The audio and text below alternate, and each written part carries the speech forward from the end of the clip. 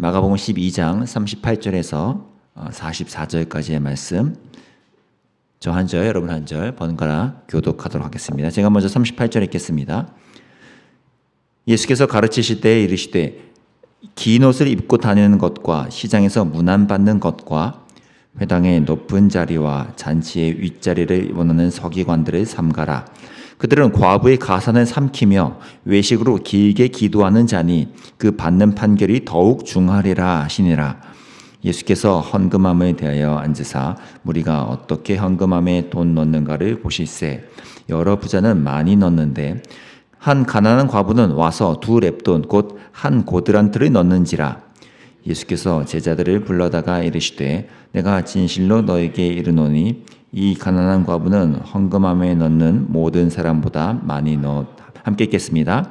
그들은 다 그 풍족한 중에서 넣었거니와 이 과부는 그 가난한 중에서 자기의 모든 소유 곧 생활비 전부를 넣었느니라 하시니라. 아멘. 이미 잘 알다시피 이제 당시의 유대 지도자들과 대부분의 이스라엘 사람들은 이제 종교적인 행위들에 많이 집중되어 있고 익숙해져 와 있었습니다. 유대 지도자들, 특히 그런 사람들은 예전에 다윗의 언약을 붙들고 다윗이 한때 이스라엘 나라를 번성케 했던 것처럼 우리의 이 민족 나라를 다시 부흥시킬 메시아를 기다리고 있던 그들이었죠. 그러다 보니 구약에 있던 것들을 더 집착하게 되죠. 다윗의 왕국, 또 그 어떤 유산들, 그리고 구약에 모세가 준 율법들이요. 그리고 모세가 마련해 준 법에 보면 나오는 여러 절기들과 규례, 예식들에 그들은 더 집중해서 이것을 우리가 열심히 해내면 하나님이 예비하신 메시아를 하나님이 잘 빨리 보내주실 거라는 이런 기대감에 차 있던 그들입니다. 근데 그러한 그들의 기대와 달리 예수님은 전혀 다르게 하나님이신 그분이 직접 이 땅에 오셔서 이 하나님 나라의 정수가 무엇인지, 복음의 진짜 정수가 어디에 놓여 있는지를 이 땅에서 보여주신 것이 예수님의 성육신의 사역이죠. 그런 측면에서 오늘 이 본문도 예수님이 강조하시고자 하는 것과 당시 사람들의 관심도의 그 차이를 많이 극명하게 보여주는 한 예시가 됩니다. 율법학자들과 당시 종교 지도자들, 이런 사람들은 어떤 율법적인 것들, 당시 자신들의 어떤 종교적인 행위, 예식에 많이 힘썼던 반면에 다른 것들을 많이 놓치고 있던 거죠. 오늘 본문 38절에서 40절에 걸쳐서 예수님 바로 그들의 그런 신앙의 행태를 낱낱이 짚어내시는데요. 그 민낯은 어떤 걸까요? 그토록 그들이 잘 알고 좋아하고 강조하던 구약 율법 의 내용은 있지만 그 내용대로 실제 그들이 잘 행위로서 살아내는 것은 부족했던 것. 특히 뭐라고 표현합니까? 과부와 나그네, 고아 이런 연약한 자들을 향한 그들의 긍휼의 마음, 행위들을 예수님이 부족함을 지금 드러내시고자 하는 건데요. 이런 행위들은 언제든 우리에게 일어나죠. 우리가 성경을 열심히 읽고 기도를 열심히 해도 거기에 담긴 하나님의 마음, 하나님 나라의 정수를 우리가 놓치게 된다면 우리도 이들처럼 뭔가 성경에 대해서는 통달하지만 실제 삶에서는 하나님이 원하시는 그곳들에 우리 마음이 흘러가지 않는 일들이 일어나기 마련이기 때문에 이 말씀은 오늘 우리에게 참 큰 경종을 일으키는 것 같습니다. 그런 측면에서 오늘 본문을 좀 살펴볼 필요가 있는 것이 조금 전까지 종교 행위이지만 허위허식에 갇혀있는 사람들을 지목하시고 낱낱이 언급하시다가 예수님의 시선이요 갑자기 다른 곳에 머무는 거예요. 예수님의 시선이 어디에 머무는가를 봤더니 바로 41절 이하에 나오는 한 행동 사건입니다. 41절 42절을 제가 읽겠습니다. 예수께서 헌금함에 대하여 앉으사 무리가 어떻게 헌금함에 돈 넣는가를 보실세. 여러 부자는 많이 넣는데 한 가난한 과부는 와서 2렙돈 곧 한 고드란트를 넣는지라. 좀 전까지 종교 지도자들의 허례허식을 강조하시던 예수님이 갑자기 느닷없이 시선을 이곳에 두더니 그것에 대해서 또 연이어 제자들에게 가르침을 주시는 게 44절입니다. 44절을 제가 또 읽겠습니다.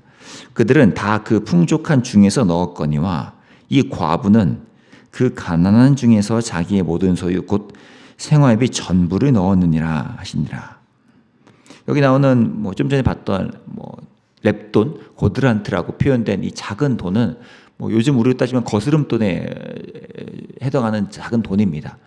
예수님이 어떤 비유를 말씀하실 때 참새 한 마리가 이렇게 두 아사리온에 팔리지 않느냐 이런 비유를 하셨잖아요.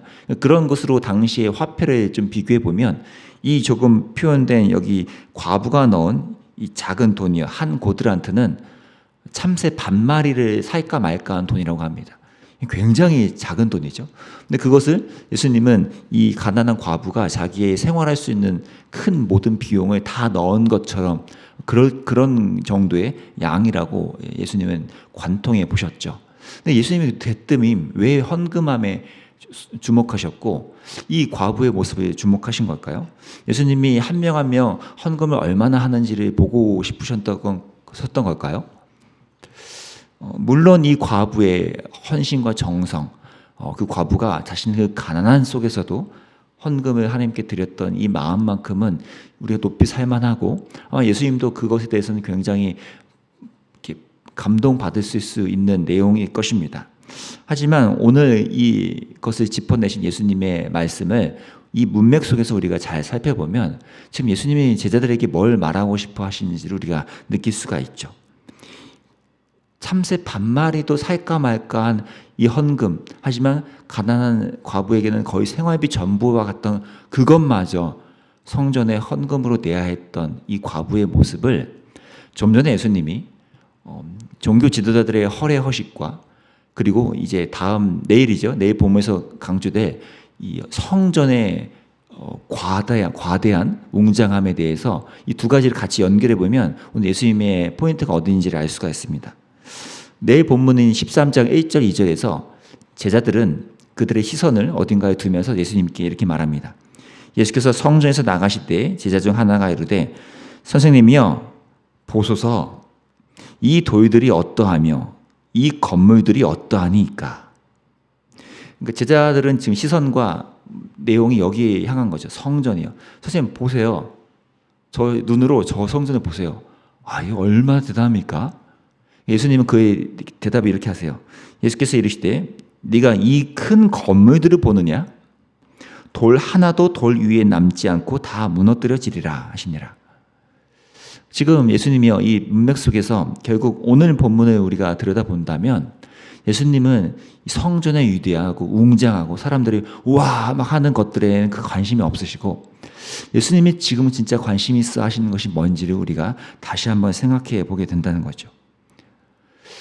당시 종교 지도자들은 이 과부와 고아와 갓난 자들을 살피고 돌보면서 그들을 잘 구제하고 그들 하나님 나라의 백성의 정신에 따라 양육해야 되는 책임이 있었음에도 오히려 그런 것들은 전혀 일어나지 않은 채 이 가난한 과부가 자신의 생활비 전부마저 헌금해야 되는 이 모습으로 당시 사회가 그 가난한 과부를 몰아치고 있었다는 것을 보게 됩니다.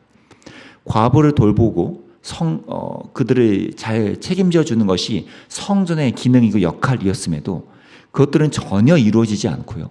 오히려 과부의 삶을 더 움켜쥐면서 그들이 자신의 것마저 어쩌면 의무적으로나마 하나님께 드려야 하는 이 행태를 예수님은 보고 계셨던 거죠. 아픔을 넘어 어쩌면 분노까지 일으켜질 만큼 예수님은 이 모습을 안타깝게 여기신 것 같습니다.